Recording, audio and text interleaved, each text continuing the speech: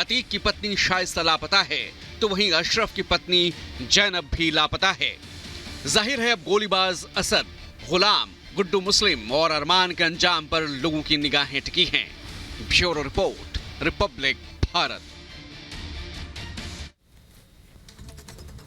और इस बीच एक बड़ी खबर आपको बता दें, उमेश पाल हत्याकांड से जुड़ी हुई कि यूपी एसटीएफ की टीम नेपाल के लिए रवाना हो गई है। ये जानकारी आपको दे रहे हैं, बड़ी जानकारी है। यूपी एसटीएफ की टीम नेपाल के लिए रवाना हो गई है क्योंकि जानकारी ये हाथ लगी है कि असद, जो कि अतीक का बेटा है, जिसने बैठक की अध्यक्षता भी की थी, जो कमरा नंबर 36 में हुई थी, वो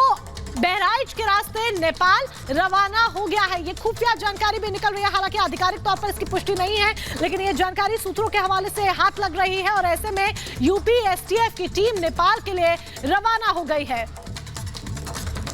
बिल्कुल, तो बड़ी खबर हम आपको बता रहे हैं और हमारे सहयोगी विवेक राय इस वक्त हमारे साथ सीधे जुड़ गए लखनऊ से। विवेक, क्या जानकारी मिल पाई है, क्योंकि पहले दिन से इस बात के संकेत मिल रहे थे कि जो भी इस हत्याकांड में शामिल हैं वो नेपाल भाग सकते हैं।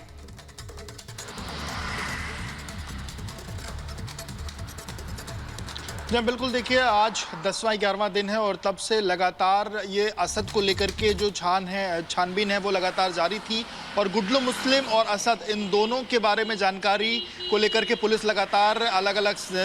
लोगों से जानकारी इकट्ठा कर रही थी, मोबाइल फ़ोन की लोकेशन के माध्यम से जानकारी इकट्ठा कर रही थी और अभी हमारे एसटीएफ के सूत्रों के माध्यम से पता चला है कि इन दोनों की लोकेशन पुलिस को नेपाल में मिली है, जिसके बाद 11 सदस्यीय जो टीम है वो यहाँ से रवाना हो गई है नेपाल के लिए। और इन दोनों को की जो लोकेशन असद की, यानी कि जो अतीक का जो बेटा है, तीसरे नंबर का बेटा, उसकी जिसकी फोटो निकल के सामने आई थी, और गुड्डू मुस्लिम, इन दोनों की लोकेशन नेपाल में मिलने के बाद जो यूपी एसटीएफ की टीम है वो फिलहाल नेपाल रवाना हुई है। हालांकि उत्तर प्रदेश और इसके अगल बगल के 3-4 राज्यों में भी एसटीएफ की टीमें अलग अलग जगहों पर छानबीन कर रही हैं और अलग अलग जगहों पर लगातार छापेमारियां भी हो रही हैं, लेकिन नेपाल को लेकर के दूसरे तीसरे दिन से इस बात को लेकर के सूचना आ रही थी कि नेपाल ये लोग भाग सकते हैं, लेकिन अब पुलिस को कुछ इसको लेकर के कुछ प्रमाण मिले हैं, जिसके बाद ये जो टीमें हैं वो नेपाल के लिए रवाना हुई हैं और कुल मिलाकर के जल्द से जल्द इन लोगों की गिरफ्तारी हो, ये एसटीएफ से लेकर के या जो प्रयागराज की पुलिस है या एसओजी की टीम्स हैं